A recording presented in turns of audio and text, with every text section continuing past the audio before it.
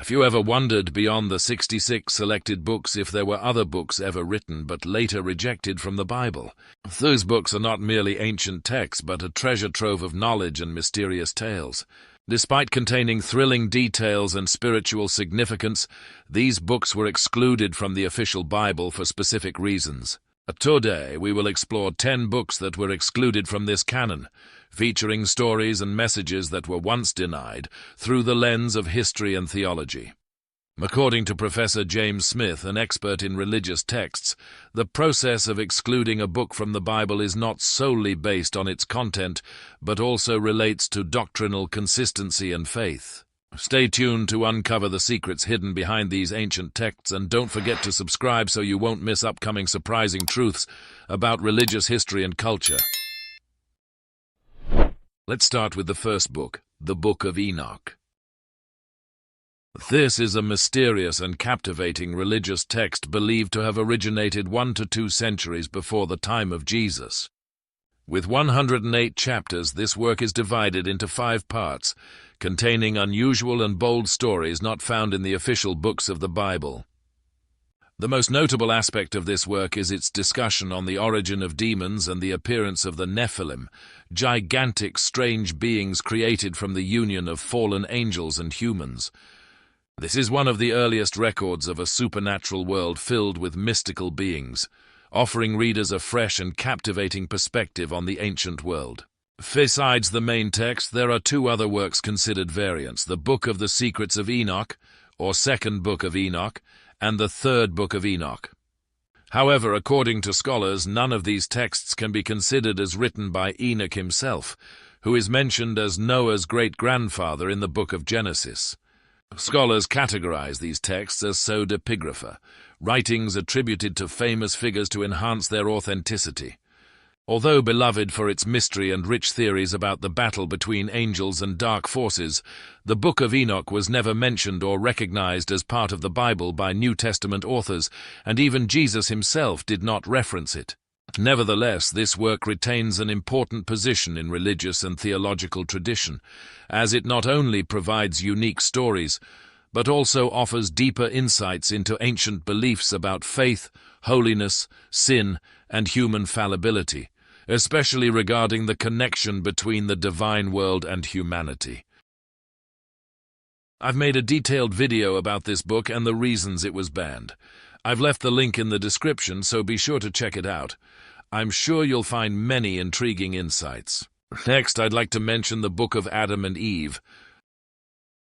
It is one of the extra-biblical religious texts that offers a profound and unique perspective on the lives of Adam and Eve after their expulsion from the Garden of Eden. According to tradition, this text was written a few hundred years after the birth of Jesus, possibly by an anonymous Egyptian author, and was initially recorded in Arabic. This work recounts the trials, suffering, and temptations Adam and Eve faced as they sought refuge in the Cave of Treasures, a symbolic, mysterious cave where the couple lived with regret and hope for redemption. They constantly struggled against the temptations from Satan, who repeatedly appeared with the intent to sabotage them long after their departure from paradise.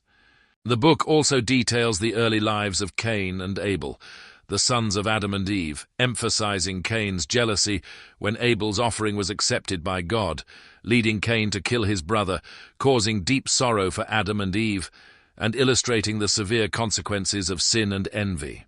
These episodes not only offer a vivid view of how the first family on earth lived and struggled, but also shed light on the issues of sin and conflict from early times, which profoundly affected subsequent generations.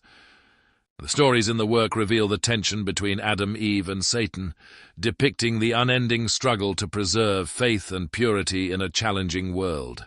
This book is part of the pseudepigrapha category, meaning religious works that are not officially recognized within Christian scripture. The book also reflects a humanized perspective on Adam and Eve, where they are not just mythical figures but humans with emotions, pain, joy, and deep regret. Although not part of the New Testament, some content of this work can be found in the Jewish Talmud and the Islamic Quran, highlighting its broad influence across belief systems. This not only affirms the historical value of the book, but also emphasizes the diversity in approaches and interpretations regarding creation, the fall, and life after Eden. Therefore, the Book of Adam and Eve is not only a work depicting the lives of the first couple, but also a profound reflection on the challenges humanity faces when distanced from God, making it a valuable document for those seeking to explore multidimensional perspectives in religious history.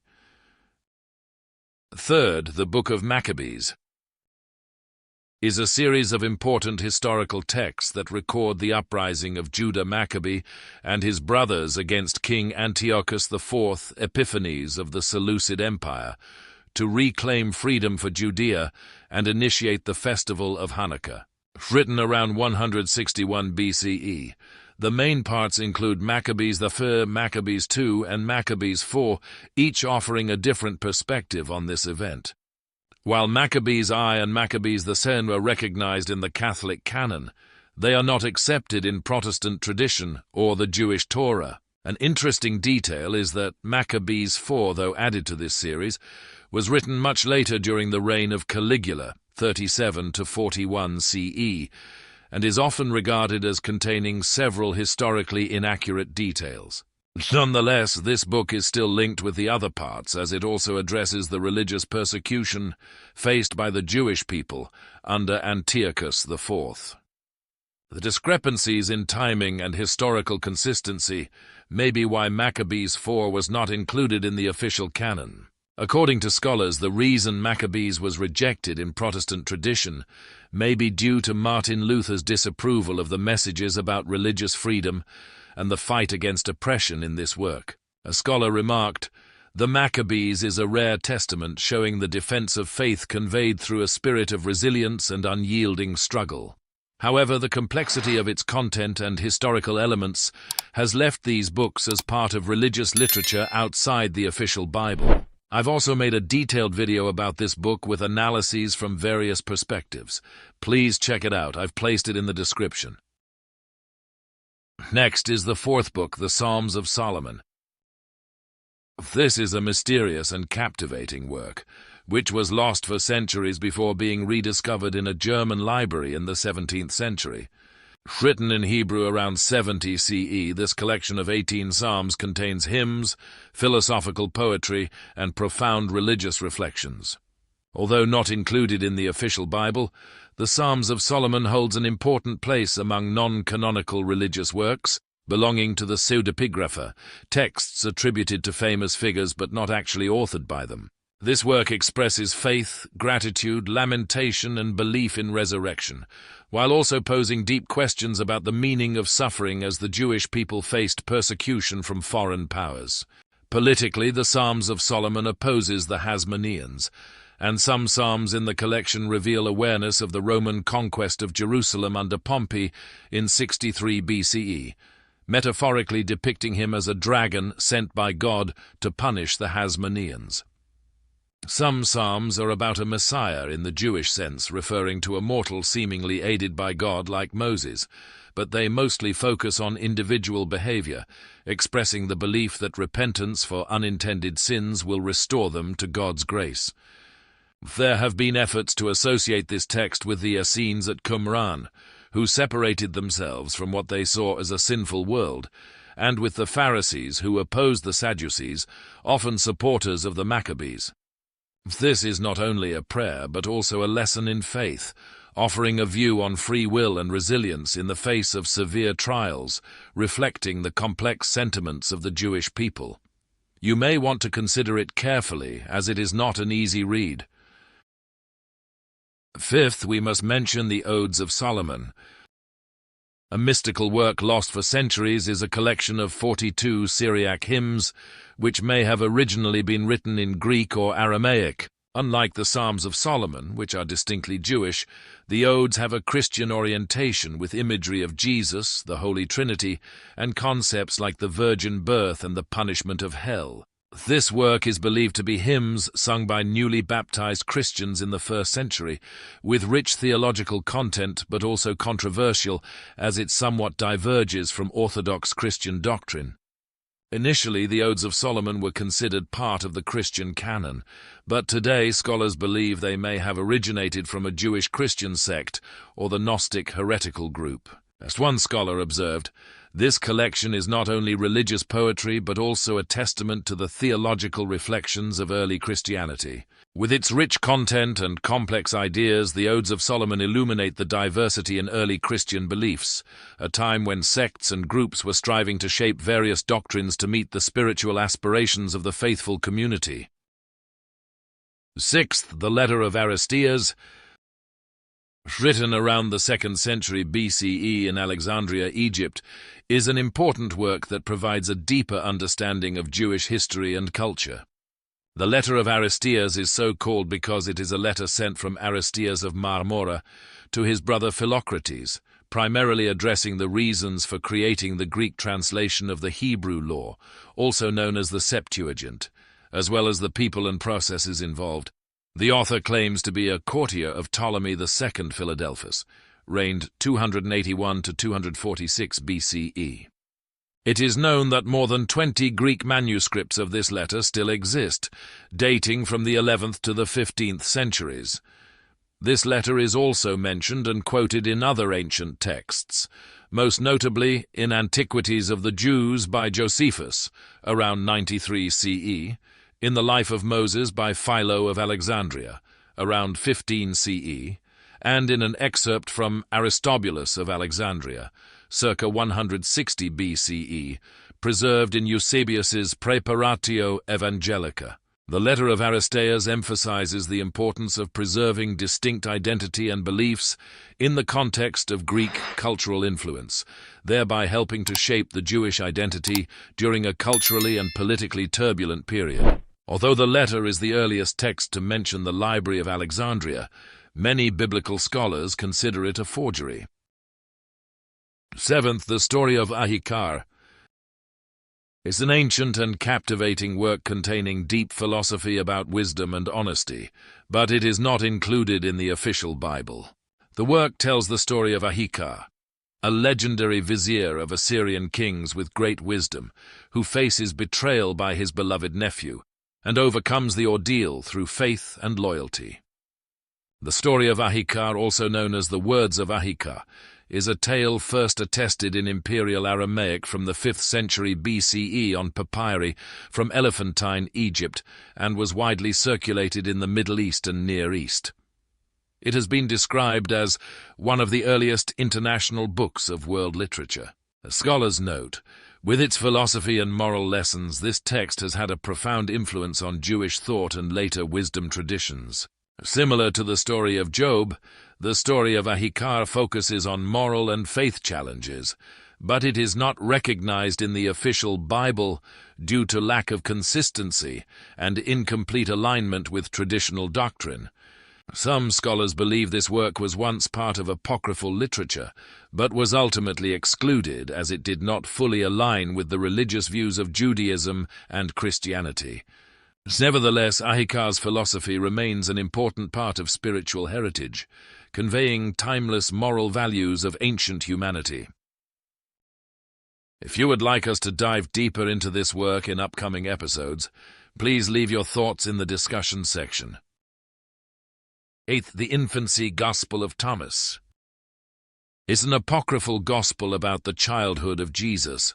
Scholars agree that it dates from the mid to late 2nd century, with the oldest surviving fragmentary manuscript dating to the 4th or 5th century, and the earliest complete manuscript being the Codex Sabbaticus from the 11th century. This text includes numerous stories of Jesus' growth, giving readers an image of how Jesus grew up and the wonders that surrounded him from a young age. Although this book was never included in the official Bible and was not authored by the disciple Thomas, as mistakenly attributed in ancient times, it still holds significant historical value.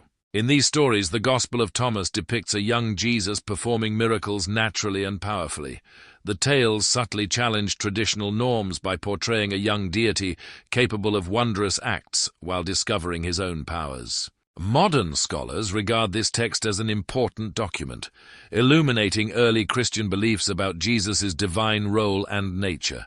According to Dr. Tony Burke, a scholar of non-canonical Christian texts, texts like the Infancy Gospel of Thomas help us understand the curiosity of early Christians and how they approached Jesus' early life in a vivid and detailed manner.